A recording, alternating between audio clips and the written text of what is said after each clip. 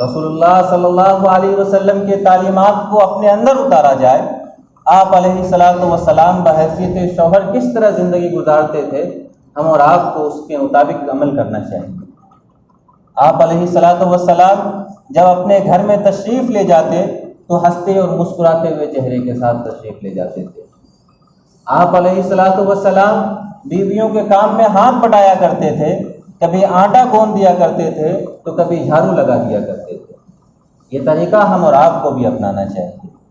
ये तरीका हम और आपको भी अपनाना चाहिए। ज़रा सी बात पर झगड़े कर लेना ये अक्लमंदी की बात नहीं है। मोहब्बत के साथ पेश आना चाहिए। चुनांचे मेरे पास एक वाक़या आया, एक केस आया जिसमें मियाँ बीवी दोनों अलग होना चाहते थे, दोनों साथ रहने के लिए तैयार नहीं थे।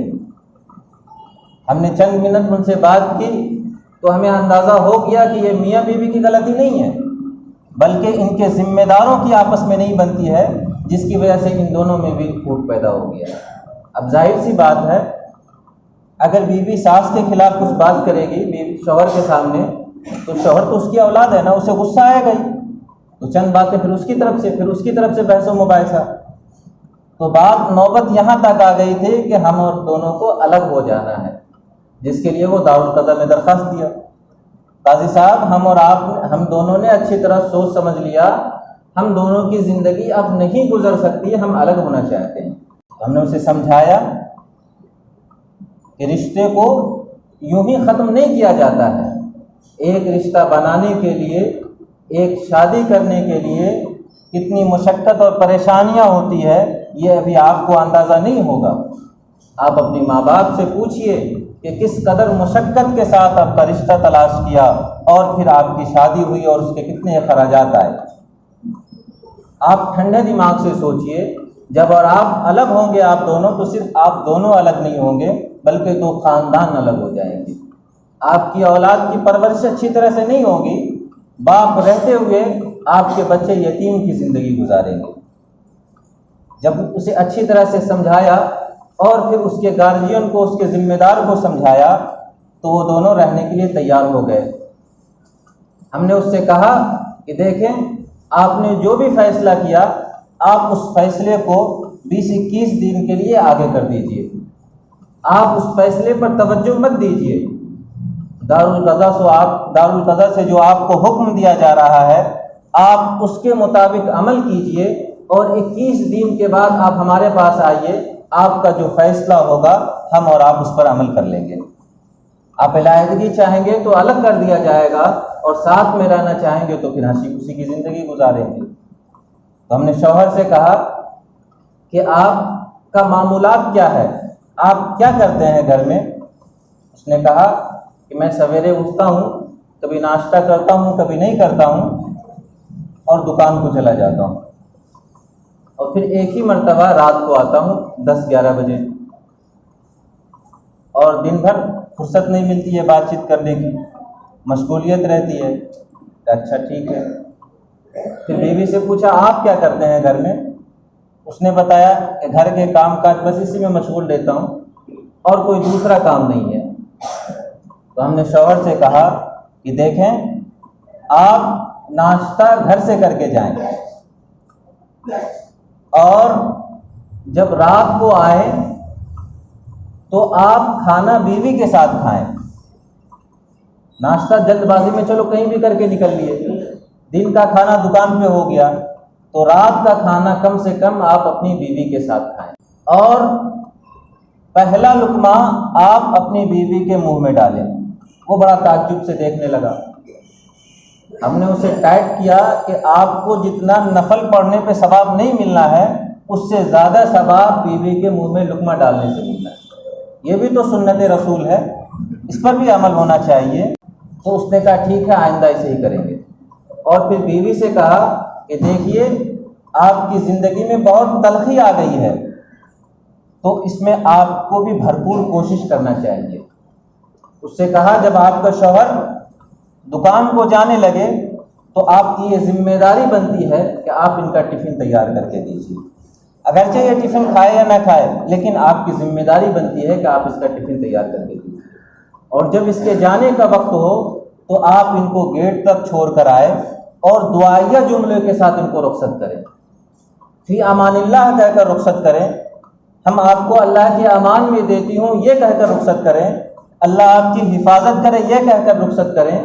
जब आप अपने शौहर को अल्लाह की अमानत में दे देंगे, अल्लाह की हिफाजत में दे देंगे, तो आपके शौहर दो तरह के हादसात से महफूज हो जाएंगे। एक तो जिस्मानी हालात, इसे किसी तरह के नुकसान नहीं पहुँचेंगे, हादसाती मौत से बच जाएंगे।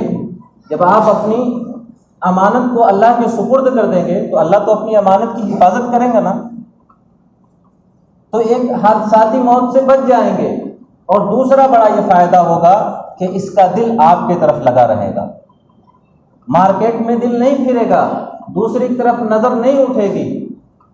तो आप अपनी अमानत को अल्लाह के सुपुर्द कर दिया करें, और जब इनका आने का वक्त हो तो आप इंतहाई मशगूल हो क्यों ना, आप अहम से अहम काम कर रहे हो, आप उस काम को छोड़ दीजिए, थोड़ी देर के लिए आप उस काम को वहीं रख दीजिए, आप खुद को संवारिए। चेहरे धुले होने चाहिए, कपड़े अच्छे पहने होने चाहिए, साफ सुथरा हो, घर का माहौल ठीक हो, हर जगह अपनी जगह पर रख, हर सामान अपनी जगह पर रखा हो, और दरवाजे पर इनका आकर इस्तकबाल कीजिए सलाम के साथ। जब आप सलाम के साथ मुस्कुराते हुए चेहरे के साथ उनका इस्तकबाल करेंगे तो उसका जवाब भी सलाम के साथ मुस्कुराते हुए चेहरे के साथ आएगा, और फिर मुस्कुराहट ही मुस्कुराहट हो जाएगी, फिर लड़ाई झगड़े वाली बात नहीं रहेगी। आप इस अमल को कंटिन्यू 21 दिन कीजिए। 21 दिन के बाद आप हमारे पास आइए। 21 दिन के बाद मियाँ बीवी का फ़ोन आया कि काजी साहब, हमें तो इससे पहले की ज़िंदगी का पता ही नहीं था, बस हम जीने के नाम पे जिए जा रहे थे, असल ज़िंदगी अब मुझे पता चला कि मियाँ बीवी की क्या ज़िंदगी होती है। आप यकीन जानिए हमने ये 21 दिन हनीमून कंडीशन में गुजारा है। कितनी बड़ी बात है। एक सुन्नत रसूल पर अमल करने की वजह से जो दो घर टूटने वाला था वो आबाद हो गया। इन छोटी छोटी बातों पर ख्याल रखना चाहिए इनका। अगर ज़रा सी कोशिश की वजह से हमारा घर आबाद हो रहा हो तो हमें कोशिश करनी चाहिए, हमें प्यार और मोहब्बत के साथ रहना चाहिए। शादी से पहले हर नौजवान की ये ख्वाहिश होती है कि मेरी शादी हो जाए, मुझे बीवी मिल जाए। जब दोस्तों की महफिल में होते हैं तो वो यही कहा करते हैं, नो लाइफ विदाउट वाइफ। भाई बीवी के बगैर तो कोई ज़िंदगी ही नहीं होती है। लेकिन जब उसकी शादी हो जाती है तो फिर वो खयानत करता फिरता है, फिर बीवी को टाइम नहीं देता है।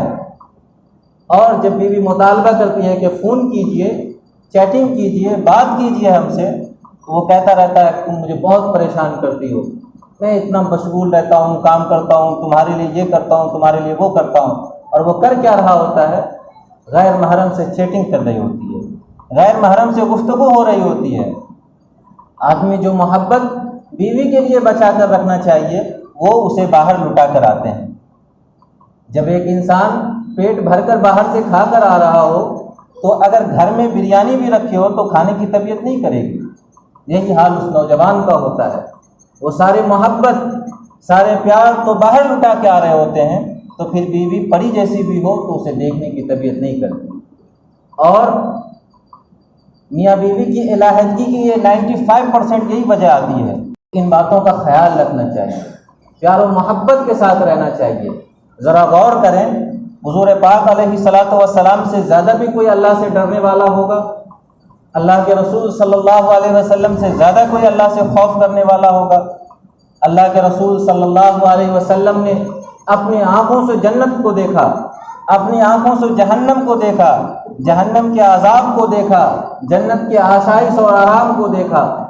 लेकिन इसके बावजूद अल्लाह के रसूल सल्लल्लाहु अलैहि वसल्लम अपनी बीवी से मोहब्बत की बातें कर रहे हैं, अपनी बीवी से दिल लगी की बातें कर रहे हैं।